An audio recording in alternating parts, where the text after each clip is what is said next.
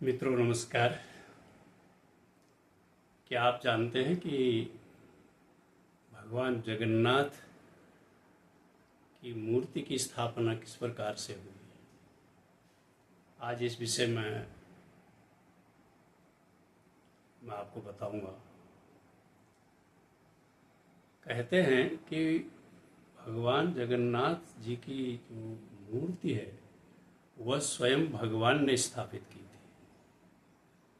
भगवान ने इंद्र नीलमणि की प्रतिमा वहाँ पर स्थापित की थी। उस मूर्ति का इतना ज़्यादा प्रभाव था कि जो कोई भी भक्त उसके दर्शन कर लेता था तो मुक्त हो जाता था। लेकिन धीरे धीरे काल के अंतराल के बाद वह मूर्ति धीरे धीरे लुप्त हो गई। कहाँ गई किसी को पता नहीं चला। इसके बाद सतयुग में एक राजा हुए इंद्रद्युम्न। इंद्रद्युम्न सूरवीर और बहुत भक्त थे। भगवान का वचन निरंतर करते थे, निरंतर सत्संग किया करते थे। उनके मन में एक बार ये इच्छा जागृत हुई कि क्यों न मैं सशरीर मोक्ष प्राप्त करूं, भगवान का गुणगान करते हुए मोक्ष को प्राप्त हो। इसके लिए उनके मन में विचार आया कि मुझे तीर्थ क्षेत्र का भ्रमण करना चाहिए, तीर्थों का सेवन करना चाहिए, जिससे मेरी इच्छा पूर्ति हो। और यह सोच करके वो अपने घर से निकल पड़े। वह उनका जो शासन था वह उज्जैन में था। उज्जैन से जब वह निकले तो इतने प्रजापालक और इतने धर्म तत्पर वो राजा थे कि उनके राज परिवार से निकलते ही पूरी जनता, पूरी प्रजा उनके पीछे पीछे चल पड़ी। और राजा इंद्रद्युम्न उज्जैन से चलते हुए दक्षिण बंगाल की खाड़ी के पास उड़ीसा के करीब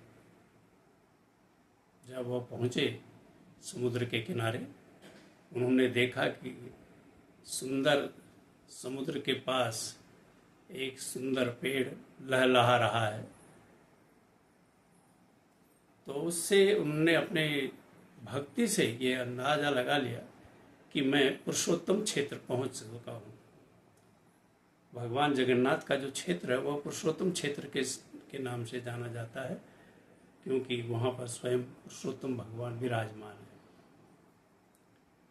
तो यह जान करके उसने सोचा कि यह पुरुषोत्तम क्षेत्र भगवान की प्रतिमा के बिना शून्य है, क्यों न यहाँ पर जो है भगवान की प्रतिमा की स्थापना फिर से की जाए। पहले जो भगवान ने इंद्र नीलमणि की स्थापना की थी इस प्रतिमा की, उसने उसको खोजने का बहुत प्रयास किया लेकिन वो मिली नहीं। जब उसको नहीं मिली तो उसने आसपास के सारे राजाओं को बुलाया और अपना संकल्प बताया कि मैं यहाँ पर भगवान की मूर्ति की स्थापना करता हूँ। तो सब ने उनकी बातों से सहमत प्रकट की। उन्होंने राजा को ये बात बताई कि आप ऐसा करें कि एक तो सुंदर मंदिर बनाएं और साथ में इस स्थान पर सुमेध यज्ञ करें। राजाओं की बात मान करके इंद्रद्युम्न ने अश्वमेध यज्ञ भी करना शुरू किया, साथ साथ में भगवान का विशाल मंदिर भी बनाना शुरू किया। दोनों कार्य ईश्वर की कृपा से संपूर्ण हुए, सुंदर मंदिर भी बन गया और अश्वमेध यज्ञ भी राजा का पूर्ण हुआ। सुंदर भव्य मंदिर को देख करके सब लोग बड़े खुश हुए। अब बात आई कि मंदिर में मूर्ति की स्थापना कैसे की जाए, कहाँ से लाया जाए, किस चीज़ की मूर्ति बनाई जाए, पत्थर की बनाई जाए या संगमरमर की बनाई जाए या किसी लकड़ी की बनाई जाए। तो इस चिंता में राजा दुखी हुआ। उसके समझ में नहीं आ रहा था कि क्या करूं। लेकिन वो तो भगवान के भक्त थे। रात में राजा को स्वप्न हुआ। भगवान ने स्वप्न दिया कि तुम समुद्र के किनारे रात में अकेले जाओगे और अकेले जाकर के एक सुंदर खड़ा पेड़, लहराता हुआ पेड़ तुम्हें दिखाई देगा, जिसकी आधी जड़ें समुद्र में और आधी धरती पर होंगी।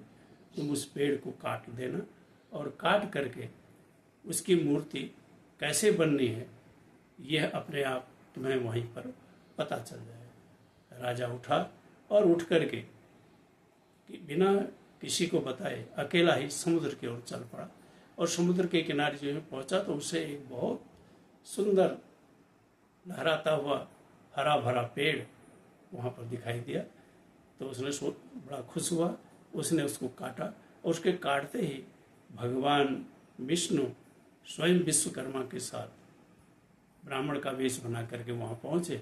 उन्होंने इंद्रद्युम्न से पूछा कि चलो हम तुम और बैठते हैं, ये जो मेरा साथी है बड़ा चतुर है, बहुत जल्दी ही मूर्ति बना देगा। भगवान विष्णु के साथ राजा इंद्रद्युम्न जी बैठे तो उसने थोड़ी ही देर में भगवान श्री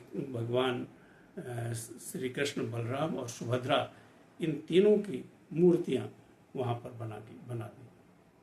राजा को बड़ा आश्चर्य हुआ, बड़ी सुंदर मूर्तियाँ बनी थी। तो समझ गया कि ये कोई सामान्य पुरुष नहीं है, चरणों में लौट गया, भगवान से कहा कि प्रभु अपना दर्शन दीजिए, आप कौन हैं, इतना जल्दी मूर्ति कैसे बन गई। तो भगवान ने दर्शन दिया, दर्शन पा करके वो धन्य हुआ और उसने कहा कि प्रभु मैं आपके पद को प्राप्त करना चाहता हूँ। भगवान ने कहा कि तुम कई सालों तक राज्य करो, राज्य करने के बाद जब तुम्हारा समय पूरा होगा तुम मेरे पद को प्राप्त हो। यह कह करके वे दोनों वहाँ से अंतर्ध्यान हो और राजा पूरे बाजे गाजे के साथ भगवान श्री कृष्ण, बलराम और सुभद्रा की तीनों मूर्तियों को लेकर के मंदिर के पहुँचा और वहाँ पर उसने पूरे विधि विधान के साथ उन मूर्तियों की स्थापना की। तब से काठ की मूर्ति ही उस मंदिर पर स्थापित होती है और 12 साल बाद उस मूर्ति को बदला जाता है। तो ये भगवान जगन्नाथ धाम की विशेषता है, महत्ता है। धन्यवाद।